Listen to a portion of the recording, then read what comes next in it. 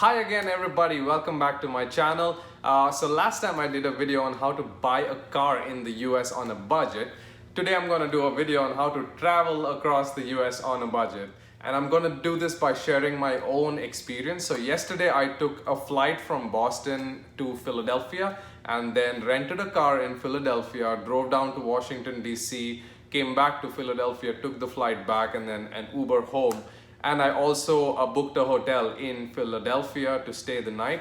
And I did all of this in less than $500. If you're interested in knowing how to save and travel on a budget, hang on to this video.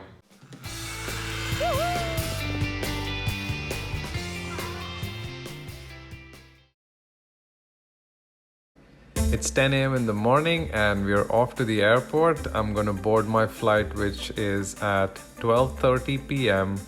this afternoon. So I ordered an Uber. It arrived in 4 minutes and we have Adam here, who's our Uber driver for the day. Adam was actually kind enough to let me place my camera on his dash so that you can actually share the entire ride with us all the way to the airport.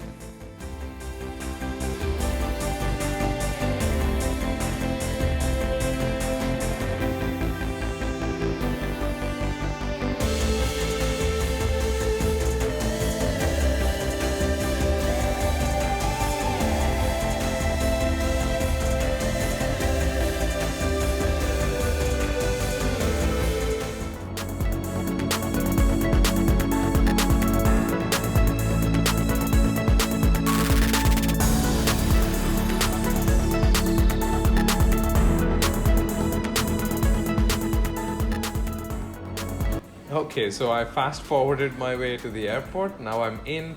I'm gonna grab a quick snack for my flight and then I'm gonna go to the gate and board the flight.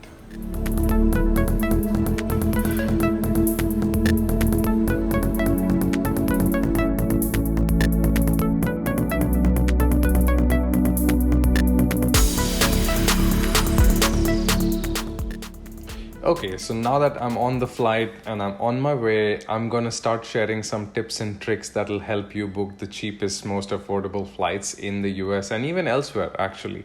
So my first and most important trick is to use the right search engine. There's a ton of search engines out there that will give you prices, but the one I use is called Skyscanner. Skyscanner does a really good job of identifying what are the best and most cheapest flights out there. And what it also has is the option of choosing everywhere as the destination. Guys, this is, I think, the most important feature of the search engine. I just expanded the United States tab and it shows me all the airports in the United States where I can fly for really cheap. So I literally also did the same for my flight just now. I took Philadelphia because that was the cheapest option for me to get to Washington DC, and then it's a very short car ride from there, so I said why not just do that. Now instead of entering a date, you can actually select whole month and then cheapest month. So you can now browse all the dates and see which is actually the cheapest and then hit search flights to see easily which date is the cheapest for you to fly out. If you travel a lot or you're interested in traveling a lot, you should look at credit cards that are associated with airlines. Like for instance, I have an American Airlines Citibank Advantage card. And what that does is it gives me priority access at airports, especially if it's an airport where the main airline is American Airlines, then I get to skip the line and go through priority because I am an Advantage credit card member. And you should really take advantage of these kind of offers, especially when there's an airline associated credit card. Typically what they would give you is offers like if you spend $3,000 in the first 3 months, then you get 50,000 miles on your credit card balance. And that's actually good enough miles to travel to 2 destinations and back. Sometimes it gives you 1 round trip ticket. But hey, you know what? You'll easily spend $3,000 in most places in the US. And if that gives you a free ticket, why not? Plus it gives you priority access. So that's what I used this time as well to get through check-in. On the way to the airport, I faced a lot of traffic and I was late. But because I had the credit card, I was a credit card member, I could go through priority access and get to the gate. Okay, another cool way to travel is you can actually get business class or first class tickets even though you're an economy flyer. And this is how you do it on a budget. So when you're making a booking, say 2 weeks in advance, the business class ticket is going to cost a lot of money. But as time nears, like for instance, if it's just 48 hours before the flight, sometimes you might get an email where the business class ticket costs way less money. But I would say if you are a budget traveler, you can still cross your fingers and hold on, because the cheapest upgrade you can get is actually at the gate. So when you arrive at the gate for your flight, just walk up to the counter and ask them if there's a free upgrade available. Sometimes you can be really lucky and they would say, hey, you know what? Okay, we have a free seat in business class, so we'll just upgrade you. Awesome, you get to fly business class. But if not, they will also sometimes upgrade you for a very nominal fee. Honestly, I don't really travel business class and I'm not a big fan of traveling business class either. But I learned this from my friends who are also budget travelers. They would literally walk up to the gate and sometimes get a free upgrade to business class, or sometimes end up paying about $150 or $200 for a transatlantic flight upgrade where they go from economy class to business class. And those tickets typically cost upwards of $5,000, $6,000. And if you get that for $150, $200, that's just great. So you should definitely try it. So I used all the tips I just gave you to book my flight ticket to Philadelphia and back. You would be surprised that I booked the entire flight for $150, even though I made the booking just 2 days in advance. In the US, flights are typically about $300 to $400 in that price range, but I got it fairly cheap thanks to Skyscanner and all the tactics I applied. All right, it's time for us to land in Philadelphia. Once we land, I'm gonna get out of the airport to go to the rental car location and then rent my car and drive down to Washington, D.C.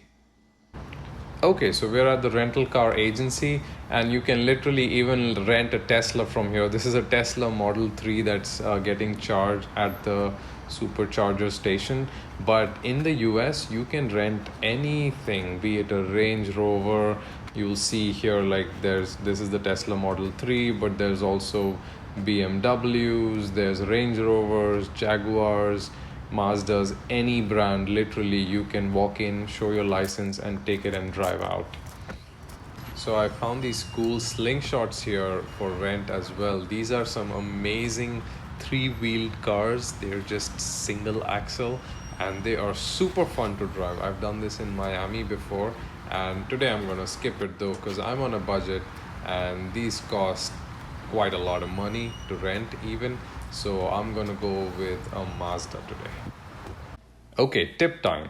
So this is the beautiful Mazda CX-5 SUV that I got, and I actually paid for a mid-segment car, which is a smaller sedan like the one you see in the back. That sedan costs about $22 a day. I booked it at a car rental agency outside of the airport, and then I went in and I asked them for a free upgrade and they gave me the SUV. So yippee, for $22 a day, I now drive a brand new SUV for the next 2 days.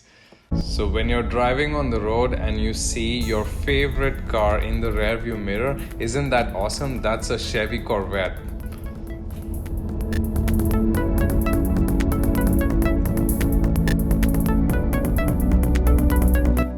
Okay, so we're gonna stop by for some food and refueling.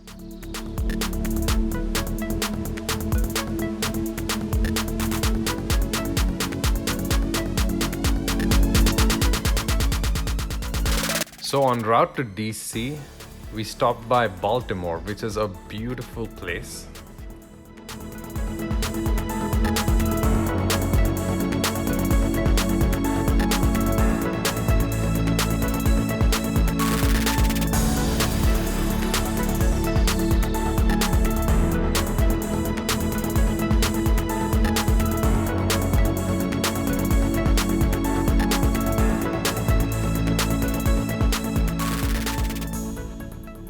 finally, this is the hotel that we booked for the night.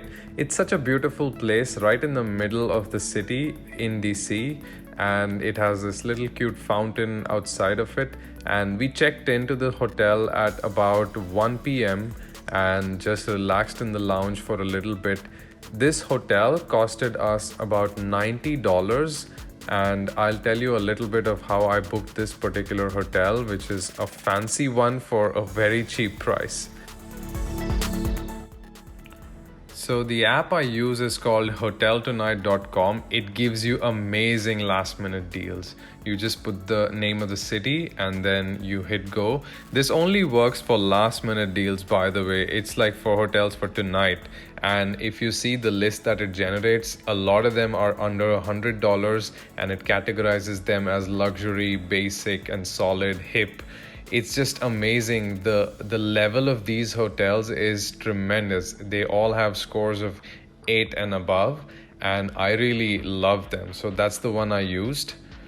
Okay, so let me summarize my entire 2-day trip cost for you. My round trip flight tickets costed me $150. The rental car costed me $22 for the 24 hours. My hotel room for one night costed me $90. The Uber trips that I took from the airport to my home costed me $40, and the food totaled to about $100, which is, again, I splurged a lot on food, and still I ended up with a $400 bill for me to be able to visit 4 cities in the United States, which are actually very expensive cities. So this is to tell you that if you plan and execute with all these little tips and tricks, you can actually save a lot of money and travel and have a lot of fun in the US. So one thing I've learned is that in the US, people tend to book all their holidays, vacations, and weekends pretty early, unlike other countries where, at least 2 months before the date, it's still available. In the US, sometimes, especially when you're going camping, people book campsites a year in advance, and it's really crazy sometimes. So you gotta plan early to get the best prices. Okay guys, I hope you enjoyed my video. If you guys have more suggestions on how travel can be made more budget friendly, please let us know in the comments. People will just benefit from what you have to say and share. In fact, even I'll benefit because I like traveling on a budget, because I then get to spend a lot more on food and other stuff, other activities in places where I go. Thank you for watching, guys. Please share your love by subscribing to my channel, and also let me know what else you'd like to hear from me. I'm always open for help and advice when it comes to studying abroad or just living abroad in general. It's amazing to see all the comments flowing. Thank you so much, and you guys have a great rest of the day. Bye-bye.